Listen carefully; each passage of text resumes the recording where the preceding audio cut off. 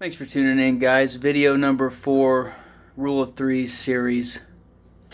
In the first video, we did an overview of the Rule of Threes. In the second video, we talked about the 3 things that you will need. In the third video, we talked about the 3 things you might need. And now we're going to come back and go a little bit more in depth on shelter. Okay? So, shelter is going to provide 2 main functions. One is protecting core body temperature from getting too hot or getting too cold, mostly too cold.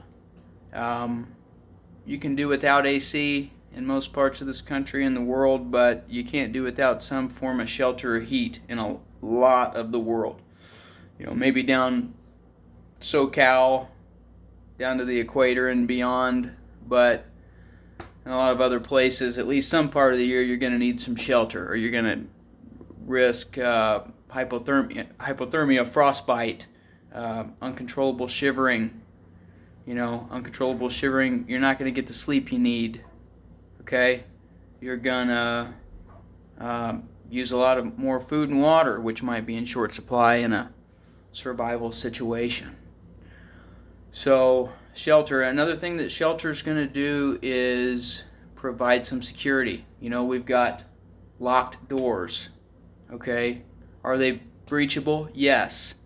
Are windows breachable? Yes. But they slow people down, giving you time to get your self-defense.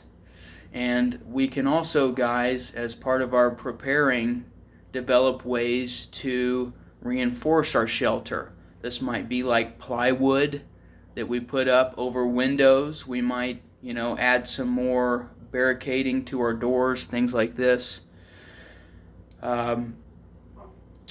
Basic stuff. But yeah, mostly the shelter, it keeps the sun off of us so we're not getting sunburned.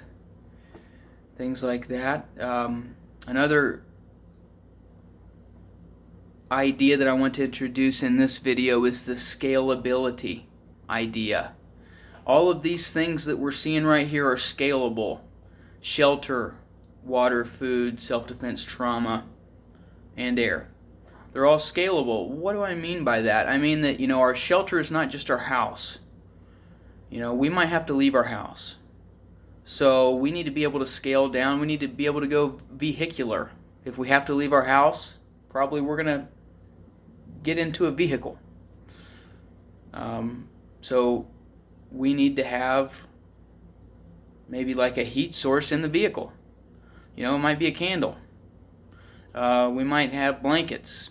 We might not, we might just be able to use the heater in the car, but, our vehicle becomes our shelter. Hopefully we have a destination if we have to leave our shelter that we can go to, be it, another family member or friend, like-minded person's house. Hopefully you have permission and you've talked to them about this beforehand, not just showing up like, hey, surprise, we're here because we needed a place to go. Talk to people, see where you stand. Hopefully they're like-minded people and they've got some preps too. That way you guys can support each other. It might be a cabin in the woods. Hopefully that's also stocked with, water and food and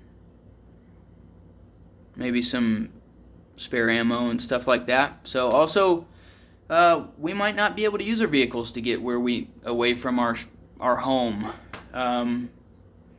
We might need to just go on foot. So it's nice to have a backpack with some of this stuff that we're going to need, and a way to carry our, some shelter, like maybe tent, sleeping bag, sleeping pad, maybe some water, some food, maybe a way to carry self-defense, maybe a rifle sling, a handgun holster, maybe a knife sheath, maybe some way to carry spare magazines, maybe a trauma kit, in a pouch that's attached to our body or something like that. It's very typical. maybe you need some protection from air. Maybe you have a mask of some sort to protect you from whatever's going on, be it debris in the air or maybe some type of chemical or thing like that. But scalability, guys, these things are all scalable.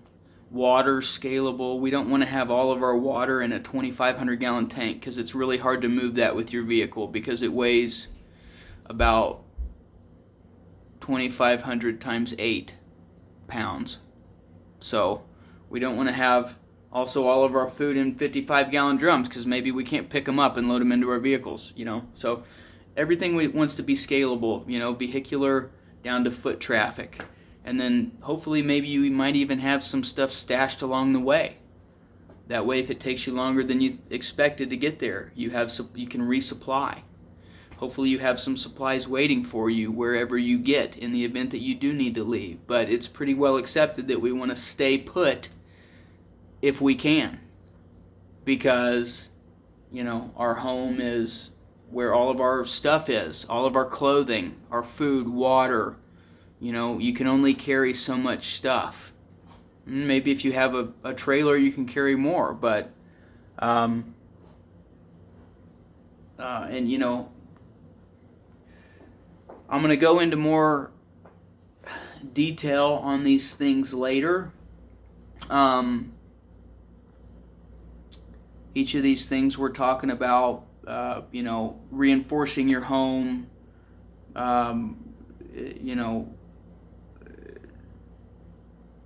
wood, supplemental heat sources, vehicular-borne, foot-borne preps.